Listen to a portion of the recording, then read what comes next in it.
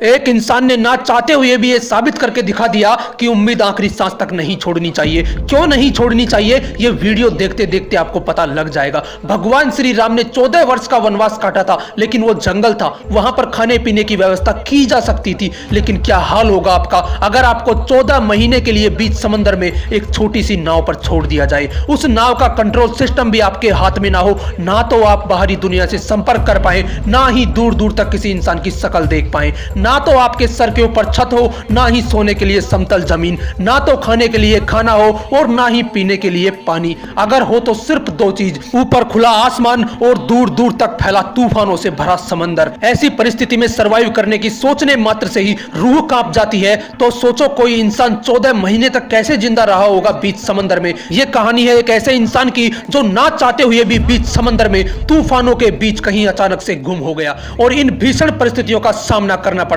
पूरी पृथ्वी पर जितनी भी जमीन मौजूद है उसे मिला भी दिया जाए तो भी उससे 3 गुना बड़ा है पैसिफिक ओशियन। अगर यहां कोई खोता है तो बहुत कम चांस होते हैं कि उसे ढूंढा जा सके। यह कहानी है सैल्वाडोर एल्वरंगा की, जो मैक्सिको का रहने वाला एक मछुआरा था। वो रोज पैसिफिक ओशियन से मछलियां पकड़कर अपने परिवार का गुजारा करता था। रोज की ही तरह 17 नवंबर 2012 को वो अपने दोस्त कोर्डोबा के साथ मछली पकड़ने के लिए समंदर में गया। जिस नाव में बैठकर वो मछली पकड़ने जा रहे थे वो 7 मीटर लंबी थी। वो नाव ऊपर से पूरी खुली हुई थी, मतलब कि उस नाव के ऊपर कोई छत नहीं थी। उस नाव के अंदर सिर्फ एक छोटा सा आइस बॉक्स था जिसमें वो मछली पकड़कर रखते थे और उस नाव को चलाने के लिए एक छोटी मोटर लगी हुई थी। उन्हें इस बात का अंदाजा हो चुका था कि तूफान आने वाला है, लेकिन मछलियां पकड़ने के लिए वो फिर भी समंदर में उतरे और रिस्क लेकर किनारे से 120 किलोमीटर दूर पैसिफिक ओशियन की तरफ बढ़े। रात के करीब 1 बजे वो समुद्री तूफान की चपेट में आ गए।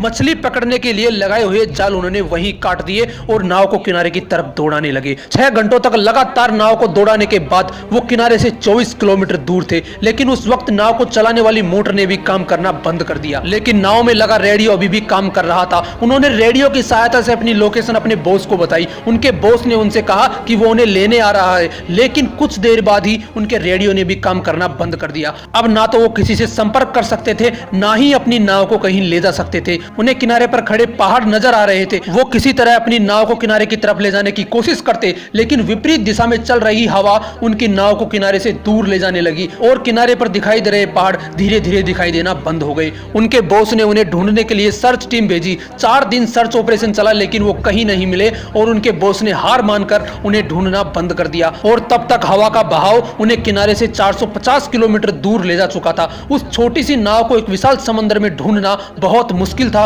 और ऐसी परिस्थितियों में उनका भोजन था कछुए और मछलियां। उन्हें समंदर में बहती हुई प्लास्टिक की बोतल्स मिली। जब भी बारिश होती वो पीने का पानी उन बोतलों में इकट्ठा कर लेते और जब बारिश नहीं होती थी तब वो कछुओं का ब्लड और अपना यूरिन पीते थे ताकि उस विशालकाय पैसिफिक ओशियन में अपने आप को जिंदा रख सके। सोचो उस समय उनकी क्या हालत हुई होगी। अगर वो किसी को आवाज लगाना भी चाहें तो मीलों दूर तक उनकी आवाज सुनने वाला वहां कोई नहीं था। और ऐसे ही 4 महीने गुजर गए, लेकिन उन्हें कोई नहीं खोज पाया। और 4 महीने बाद एल्वरंगा के दोस्त कोर्डोबा ने जीने की उम्मीद छोड़ दी और इस वजह से उसने खाना पीना बंद कर दिया। अब धीरे धीरे उसका शरीर कमजोर पड़ने लगा। उसका शरीर इतना कमजोर हो गया कि उसी नाव में उसकी मृत्यु हो गई। सोच कर देखो उस समय क्या गुजरी होगी एल्वरंगा पर, जब उस विशालकाय समुद्र में उसका इकलौता साथी उसे हमेशा के लिए छोड़कर चला गया। अब उस विशाल पैसिफिक ओशियन में एल्वरंगा बिल्कुल अकेला था। दोस्त की मौत के 4 दिन बाद एल्वरंगा ने भी जीने की उम्मीद छोड़ दी और सुसाइड करने के बारे में सोचा, लेकिन एल्वरंगा ने ऐसा नहीं किया और फिर से परिस्थितियों से लड़ने की सोची और सरवाइव करता रहा। लगभग 8 महीने बाद एक कार्गो शिप वहां से गुजरी।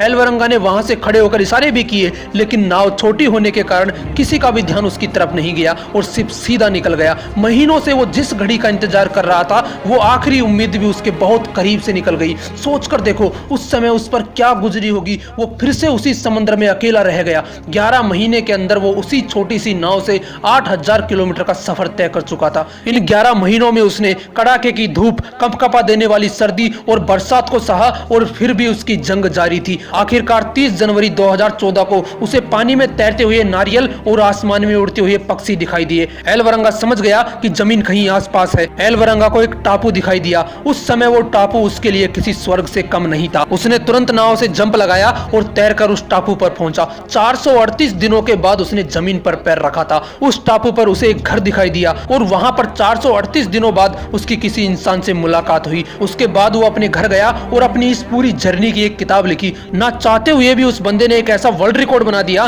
जिसे कोई नहीं तोड़ना चाहेगा। दोस्तों, ये कहानी हमें एक बहुत बड़ी सीख देती है कि हमें आखिरी सांस तक हार नहीं माननी चाहिए। अगर उसका दोस्त भी हार नहीं मानता तो वो भी आज जिंदा होता। इसलिए हमें आखिरी सांस तक हर संभव प्रयास करना चाहिए। और एक बात जो मैं मेरी वीडियोज में अक्सर बोलता हूं, कोशिश करो जब तक ऊपर वाला दम ना निकाल दे। आए हो निभाने किरदार जमी पर तो कुछ ऐसा कर दो कि जमाना मिसाल दे।